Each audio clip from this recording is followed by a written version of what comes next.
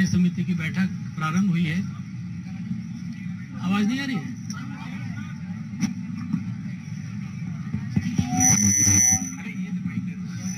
सभी मीडिया के साथियों का स्वागत है। आप सब को जानकारी में है कि हमारी 2 दिवसीय कार्य समिति की बैठक शुरू हुई है और बैठक की शुरुआत में अध्यक्षीय भाषण के बारे में आप लोगों को अवगत कराने के लिए भारतीय जनता पार्टी के हमारे वरिष्ठ नेता रविशंकर प्रसाद जी हम लोगों के मध्य हैं। हमारे मीडिया विभाग के सह प्रमुख श्री संजय मयूख जी हम लोगों के मध्य हैं। भारतीय जनता पार्टी के राष्ट्रीय प्रवक्ता के शर्मा जी हम लोगों के मध्य हैं। दिल्ली के हमारे मीडिया विभाग के प्रमुख हरीश खुराना जी हम लोगों के मध्य हैं। मैं रविशंकर प्रसाद जी से आग्रह करता हूं कि मीडिया को संबोधन करें।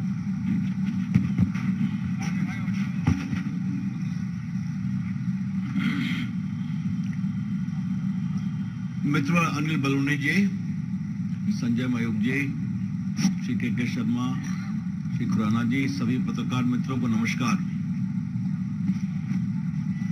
भाजपा की राष्ट्रीय कार्यकारिणी दिल्ली में हो रही है। इसमें पूरे देश से सभी प्रतिनिधि उपस्थित हैं, 1-2 को छोड़कर करके, कुछ उनकी निजी कारण नहीं होगी। सारे मुख्यमंत्री, उप मुख्यमंत्री, विपक्ष के नेता, प्रांतों के अध्यक्ष, सभी और केंद्रीय मंत्रीगण, माननीय प्रधानमंत्री सभी उपस्थित हैं। मैं आपके सामने जैसा अनिल बलूनी जी ने बताया, माननीय राष्ट्रीय अध्यक्ष जगत प्रकाश नड्डा जी का जो उद्घाटन भाषण हुआ आज की कार्यकारिणी में, उसके मुख्य अंशों को आपके सामने प्रस्तुत कर रहा हूं। अध्यक्ष जी ने कार्यकारिणी समिति के सारे सदस्यों का आह्वान किया कि 2023 हमारे लिए बहुत जरूरी है। इस साल हमें 9 प्रदेशों में चुनाव को लड़ना है और अगले साल 24 में लोकसभा का चुनाव है। तो उन्होंने सारे राष्ट्रीय कार्यकारिणी के सदस्यों का आह्वान किया कि कमर कसकर लग जाएं, हमें एक भी चुनाव नहीं हारना है। जो 9 विधानसभा के चुनाव होने वाले हैं, उसमें एक में भी अपनी हार नहीं होनी चाहिए। इसलिए जहां हमारी सरकार है उसको मजबूत किया जाए और जहां हमारी सरकार नहीं है उसको और मजबूत किया जाए। Honorable the party president exhorted all the members of the national executive to be ready with full commitment to ensure that the BJP wins all the 9 assembly polls scheduled for 2023 as a prelude to 2024 Lok Sabha elections. We have not to lose any state. ये उन्होंने बहुत साफ साफ कहा और स्वाभाविक है, राष्ट्रीय कार्यकारिणी पार्लियामेंट्री बोर्ड के बाद सबसे बड़ी बॉडी है पार्टी। पूरे देश के प्रमुख नेता बैठते हैं, तो ये उनका स्पष्ट संदेश था।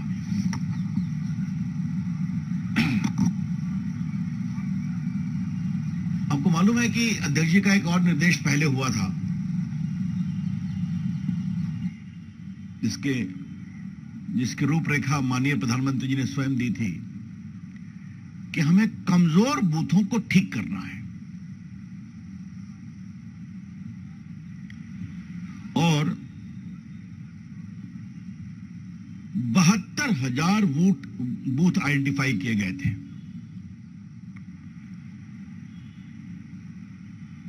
लोकसभा में 100 बूथ देना था, विधानसभा में 25 बूथ देना था। जैसे मैं पटना साहब का एमपी हूं, तो कहा कि आप कोऑर्डिनेट करके 100 बूथ देखिए कहां कमजोर है। तो ऐसे बूथ 72,000 बूथ चिन्हित किए गए, 72,000 बूथ। और अध्यक्ष जी ने बड़े सुकून से कहा कि 1,30,000 बूथ पर हम लोग पहुंचे। जिनको मजबूत करने का फैसला हुआ। BJP being a cadre-based party and also with extensive involvement of workers, the PM had given a mandate that we must identify weak booths, 100 in each Lok Sabha, and strengthen it by extraordinary outreach at the booth level. In all, 72,000 booths were identified, and today, Honorable President conveyed in his address that 1,30,000 booths were reached. तो ये दो महत्वपूर्ण बात थी, मुझे लगा कि मुझे आपको बताना चाहिए। अध्यक्ष जी ने कहा दयानंद सरस्वती के 200 वर्ष पूरे हो जा रहे हैं। 13 फरवरी को कार्यक्रम है, बड़ा कार्यक्रम,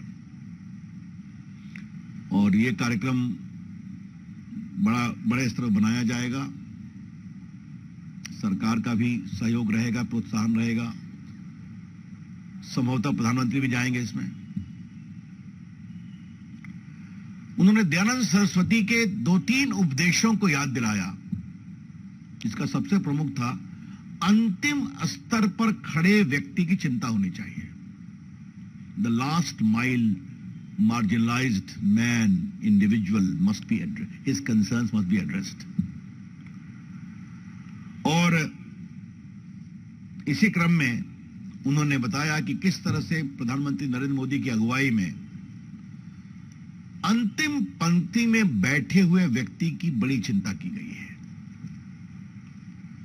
चाहे वो गरीब कल्याण योजना हो, भोजन योजना हो, डीबीटी हो, अन्य सुरक्षा के हो, तो किस तरह से अंतिम छोर पर खड़ा हुआ व्यक्ति एम्पावर हुआ है, उन्होंने उसकी विस्तार से चर्चा की।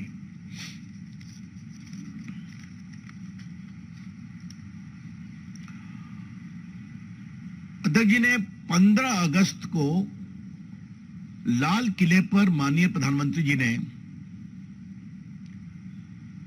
जो 5 लक्ष्य और 5 प्रण देश के सामने रखा था, आपको याद होगा, गुलामी के हर अंश से मुक्ति, freedom from every trace of our slavery, Bharat की विरासत पर गर्व, holding great pride on the extraordinary tradition of India heritage, तीसरा विकसित भारत का लक्ष्य, commitment to make India a truly developed country, एकता एवं एकजुटता, देश में यूनिटी हो, और लास्ट था नागरिकों में कर्तव्य की भावना भी आए। अध्यक्ष जी ने आज पार्टी की ओर से बहुत गर्व से कहा कि मोदी जी ने जिन 5 प्रणों की बात कही है, उसमें आज भारत की क्या स्थिति है। भारत के उपलब्धियों की चर्चा पूरी दुनिया करती है। आज अमेरिका के राष्ट्रपति बाइडेन ने भी जिस तरह से डेमोक्रेटिकली कोविड में मोदी जी की अगुवाई में मैनेजमेंट हुआ, इसकी उन्हें तारीफ की है। President Putin has publicly applauded the independent foreign policy of India. और यूक्रेन की लड़ाई में पीएम के आग्रह पर, मोदी जी के आग्रह पर, जो उन्होंने राष्ट्रपति पुतिन और जेलेंस्की से किया था, राष्ट्रपति जी से, तो एक दिन के लिए युद्ध को रोका गया, हाफ डे के लिए, ताकि 32,000 बच्चों को रेस्क्यू किया गया। अध्यक्ष जी ने एक बात और कही कि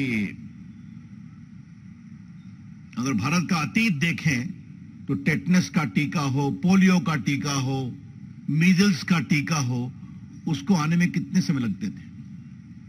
आज 9 महीने में 2 मेड इन इंडिया वैक्सीन तैयार हो गए और देश में 220 करोड़ डोजेज लगे, ऑल विदाउट कॉस्ट। एक बहुत बड़ी बात है। कुछ लोगों ने कहा कि हम देंगे तो अलग बात है, आज विकसित भारत और स्लेवरी के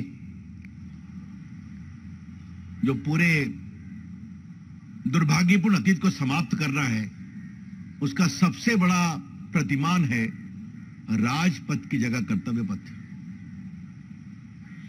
राजपथ 75 इयर्स चला, अब यह कर्तव्य पथ बना है। सुभाष चंद्र बोस की मूर्ति स्थापित की गई राजपथ पर ही।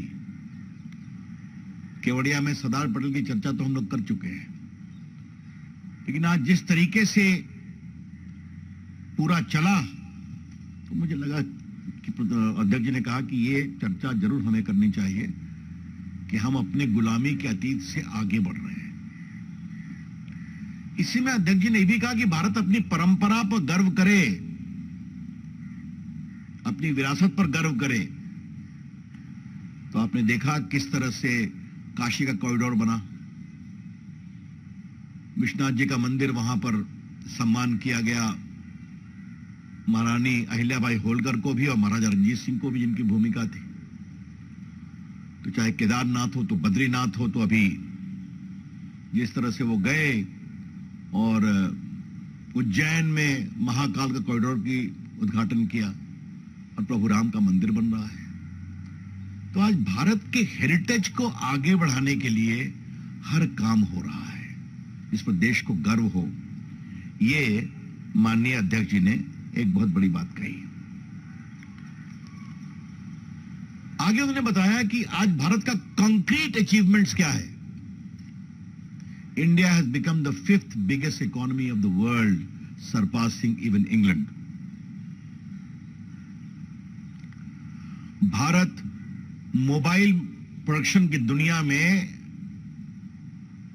दुनिया का 2nd बिगेस्ट मोबाइल मैन्युफैक्चरर बन गया है। पहले जो एक्सपोर्ट होता था, वो आप जानते हैं कि मोबाइल उत्पादन की क्या स्थिति होती थी। आज more than 95% mobile consumed in India is being made in India, और यहां से एक्सपोर्ट भी हो रहा है। एप्पल हो, सैमसंग हो, बाकी हो। तो बाहर जो पहले 14 में खाली इंपोर्ट होता था, आज भारत से एक्सपोर्ट हो रहा है। तीसरा उदाहरण है कार मैन्युफैक्चरिंग का। आज भारत जापान को छोड़कर दुनिया की तीसरी बड़ी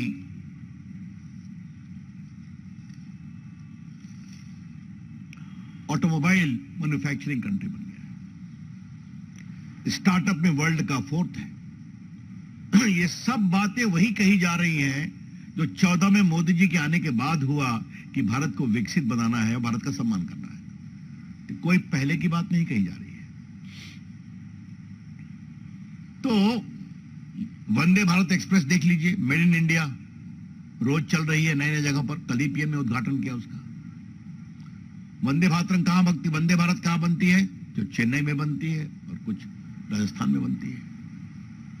तो क्या ट्रेन, क्या मोबाइल, क्या यूपीआई फिनटेक मूवमेंट, वर्ल्ड का 40% जो डिजिटल ट्रांजैक्शन फाइनेंशियल होता है यूपीआई के माध्यम से होता है। तो ये जो 4-5 चीजें अध्यक्ष जी ने हाईलाइट की, और मैं बहुत विनम्रता से अपने पत्रकार मित्रों को कहूंगा, it is a matter of great pride for अस।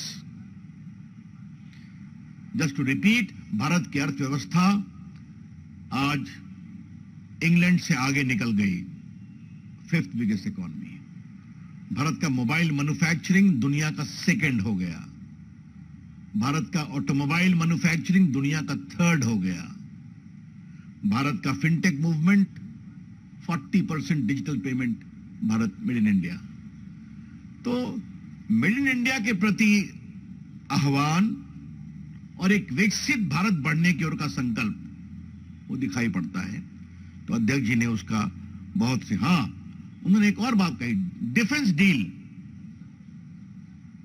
ईमानदारी से होता है कि मोर देन 100% आजकल एक्सपोर्ट हो रहे हैं, और पूरा बाहर से आने पर बहुत कमी आई है। कुछ स्पेशल टेक्नोलॉजिकल क्षेत्र को छोड़ दीजिए।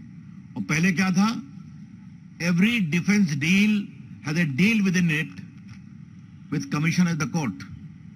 अब ऐसा सुनने में नहीं आता। तो ये एक बहुत बड़ी बात कही गई। उन्होंने एक और बात कही कि national highway 12 kilometre per day से 37 किलोमीटर पर डे हो गए और बॉर्डर रोड 3600 किलोमीटर बने हैं, 3600 किलोमीटर। और बॉर्डर रोड में बताना जरूरी, जो अध्यक्ष जी ने बताया कि कांग्रेस पार्टी के डिफेंस मिनिस्टर ने पार्लियामेंट में कहा था कि हमें बॉर्डर रोड्स नहीं बनानी है क्योंकि बॉर्डर रोड बनाने से टेंशन होता है। और आज देखिए 3600 किलोमीटर बॉर्डर रोड बन गया। तो मित्रों, और जो सारी बातें, प्रमुख बातें हम आपके सामने हाईलाइट कर रहे हैं, अध्यक्ष जी ने आगे कहा सबका साथ सबका विकास की हम बात करते हैं, तो हमने जो कहा है वो करके दिखाया है। आज भारत की राष्ट्रपति एक बहुत ही संभ्रांत आदिवासी सुशिक्षित नेत्री हैं जिनको पहली बार उस बड़े संवैधानिक पद पर स्थान मिला है। आज राज्यपाल ओबीसी हैं, एसटी हैं, एससी हैं। आज केंद्रीय मंत्री बड़ी संख्या में ओबीसी, एससी, एसटी हैं। हमें एससी, एसटी का वोट हमें काफी मिलता है, हमारे एमपी एमएलए जीतते हैं। हमने उनको सम्मान भी दिया है और ये पहली बार हुआ है। तो सभी वर्गों का सम्मान जो करने की बात है, तो ये उन्होंने बहुत बड़ी बात कही। मित्रों, अध्यक्ष जी ने अभी हाल के होने वाले चुनाव पर भी चर्चा की, जो चुनाव हुए हैं। गुजरात का चुनाव ऐतिहासिक है, अभूतपूर्व है। The victory of BJP in Gujarat is extraordinary and historic. Getting 150 plus seats after 27 years in power consistently is a great achievement. उन्होंने वहां के कार्यकर्ताओं का, वहां के संगठन का बहुत ही अभिनंदन किया। और सबसे बड़ी बात, जिस तरह से प्रधानमंत्री जी ने गुजरात में लेड फ्रॉम द फ्रंट, ये उन्होंने आग्रह किया कि बाकी भी प्रदेश के संगठन प्रचार के लिए मोदी जी की मेहनत और अगुवाई से सीखें। और यहां मैं आपसे कह सकता हूं कि मैं भी गुजरात के चुनाव में बहुत दिन बैठा था, और जब वो गुजरात के अहमदाबाद में रोड शो कर रहे थे तो मैं भी 2-3 जगह था, और मेरे लिए आश्चर्य था कि 8-10 लाख लोग सड़कों पर थे और एक भी बाहर से नहीं बुलाए गए थे। तो ये उनकी लोकप्रियता, उनकी हिम्मत। तो अध्यक्ष जी ने कहा इससे बहुत कुछ सीखना चाहिए। गुजरात के बारे में उन्होंने, हिमाचल के बारे में उन्होंने कहा कि हमें रिवाज बदलना था, हम नहीं बदल पाए। हालांकि वहां हर 5 साल पे राज बदलता है। लेकिन उन्होंने एक बात अवश्य कही कि पूर्व की सारी हार 5% से अधिक से होती थी, अब 5%। इस बार हम 1% से भी कम से हारे। और हमारे मित्रों ने बहुत बड़ा काम किया, हमारे मीडिया सेल ने, I need to pat them, कि बीजेपी और कांग्रेस के बीच वोटों का अंतर सिर्फ 37,000 है Himachal Pradesh. I repeat, the total difference of votes between the Congress and the BJP is close to 37,000 votes only. तो एक बहुत संतोष का भी विषय है, लेकिन आगे ठीक करने की जरूरत है। मित्रों, तेलंगाना में हमारे कार्यकर्ता बहुत संघर्ष कर रहे हैं। वहां के मुख्यमंत्री जो हैं, उनकी सरकार के द्वारा तमाम अवरोध के बावजूद जिस तरीके से हमारे लोगों की यात्रा निकली, मेहनत कर रहे हैं। उन्होंने कहा तेलंगाना में अपनी हम सरकार बनाएंगे। भैया ये क्या हो रहा है, देख लो। अध्यक्ष जी की 2 बात मैं कह के अपनी बात कंप्लीट करूंगा, फिर आपके कुछ सवाल होंगे तो हम लेंगे उसको। पहली बात यह है कि हर घर तिरंगा एक कार्यक्रम हुआ था। आपको जानकर खुशी होगी कि 4 करोड़ 15 लाख घरों में तिरंगा लगाया गया। 4 करोड़ 15 लाख घरों में। और इस बार की सबसे बड़ी उपलब्धि यह रही कि नॉर्थ ईस्ट के सारे प्रदेशों में इसे बहुत उत्साह से मनाया गया। तो in a way it is a great mainstreaming of North East with India. ये बड़ी बात है। और स्वयं प्रधानमंत्री ये 50 बार नॉर्थ ईस्ट गए, आप जानते ही हैं, बाकी मंत्री भी जाते हैं। और सेवा भाव में जिस तरह से बीजेपी पॉलिटिक्स के अलावा सेवा का काम कर रही है, ब्लड डोनेशन कैंप, बाकी कैंप, सबका डिटेल दिया। और जिस तरह से कोविड काल में बीजेपी के कार्यकर्ताओं ने कोविड के लोगों को खाना खिलाने की कोशिश की, हम सब लगे हुए थे। तो ये बड़ी बात है कि सेवा भाव भी बीजेपी के कार्यकर्ता पूरी प्रामाणिकता से करें। अध्यक्ष जी ने भारत की विरासत के परंपरा को आगे बढ़ाते हुए राम मंदिर का निर्माण बहुत तेजी से हो रहा है, ये बहुत संतोष का विषय है। एक भव्य राम मंदिर बनेगा वहां पर, तो ये पूर्णता है। और वैसे भी राम मंदिर के साथ मेरा स्वयं का एक भावुक लगाव होता है, रामलला के वकील के रूप में। जब भी तो जल्दी बने तो अच्छा लगता है। वैसे अगर आपकी अनुमति है तो मैं एक बात बोल दूं, अगर if you permit. Modi ji हमेशा अपने भाषणों में भारत के प्राचीन टेंपल कंस्ट्रक्शन की बहुत तारीफ करते हैं, चाहे वो मदुरई में मीनाक्षी टेंपल हो, चाहे वो रामेश्वरम का टेंपल हो, चाहे वो बाकी जो चोला डायनेस्टी ने बनाया था व्यद टेंपल वहां पर तमिलनाडु में, या श्रीरंगम टेंपल हो, या फिर त्रिवेंद्रम में जो टेंपल है, ये सब हजारों साल पुराने हैं। ये भारत की बहुत बड़ी परंपरा है। तो आपको जानकर खुशी होगी कि हमारा जो अयोध्या का मंदिर है वो भी बन रहा है उसी परंपरा के अनुसार। Cement and steel is being used the least. और बाकी जो पुरानी परंपरा रही है, जो क्या बिजली गिरती है, क्या भूकंप आता है, इसका कोई असर नहीं पड़ता है। ये भारत की जो परंपरा रही है, तो आज मोदी जी ने उस पूरी सनातन परंपरा और भारत की विरासत को बहुत आगे बढ़ाया। हमें बहुत गर्व है। That's all friends. ये हमारे अध्यक्ष जी के मूल बिंदु थे। फिर आपके जो प्रश्न होंगे उसका हम उत्तर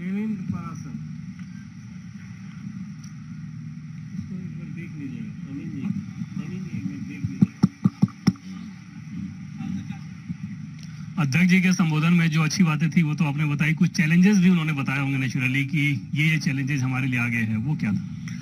उन्होंने खुद बताया हमें सब चीज जीतनी है, मेहनत करनी। तेलंगाना में चैलेंज बताया, संघर्ष हो रहा है, तो बिल्कुल बताया उन्होंने हमें जीतना है।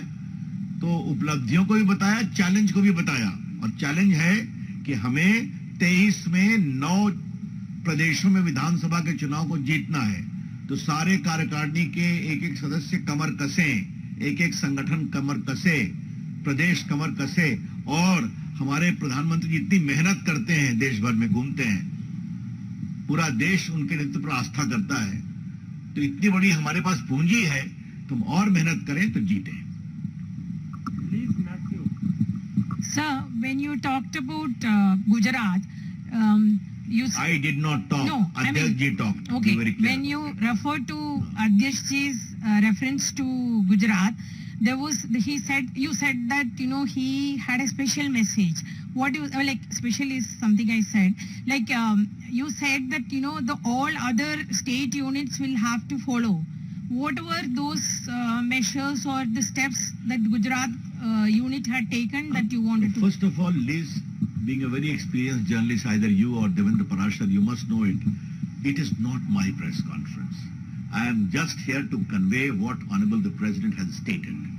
But I presume that when he says that, the hard work, the booth level work has to be appreciated by all the other states of the country and the workers.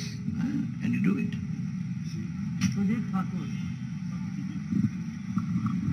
Sir, मेरे 2 सवाल हैं। एक तो आपने heritage की बात की, भारतीय कभी भी एक सवाल पूछेंगे? हाँ, चलिए आगे बढ़िए। तो ये जो बहुत सारे ऐसे प्रतीक अभी भी हैं, दिल्ली में कुतुब मीनार है, ताजमहल है, उसके बारे में कुछ भारतीय संस्कृति को लेकर के। और दूसरा सवाल है, अध्यक्ष जी का कार्यकाल इस महीने खत्म हो रहा है, उसको लेकर कोई चर्चा हुई या नहीं? अभी ये सब कोई चर्चा नहीं हुई। और जहां तक आपका पहला सवाल है, आप बड़े गुणी पत्रकार हैं, आपकी बहुत मजबूत कलम है, तो आप इसके बारे में देश को ज्ञान दीजिए जिसकी चर्चा आपने की है। हाँ, नीलू रंजन।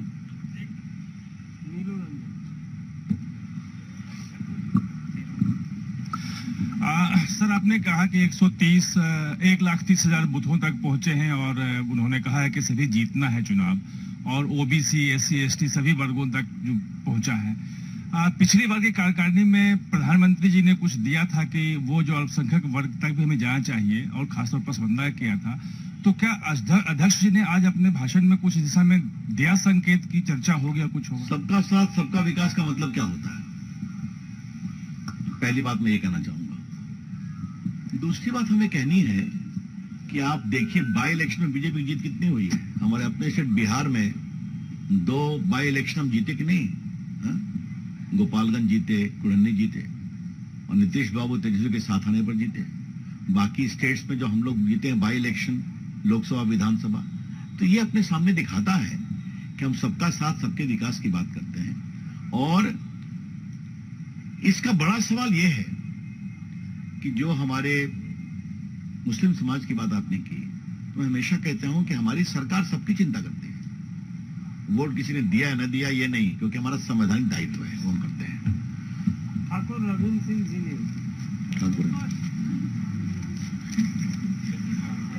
रवि जी, आपने कहा कि जो अध्यक्ष जी ने कहा है, जेपी नड्डा जी ने कि हिमाचल में रिवाज नहीं बदला, उसे बदलने की जरूरत है, आगे हम कोशिश करेंगे। 9 राज्यों में जीतना है, लोकसभा जीतना है, तो इस क्रम में विपक्ष भी आता है। आखिर जीत आपकी विपक्ष होगी। राहुल गांधी भारत यात्रा पर निकले हुए हैं।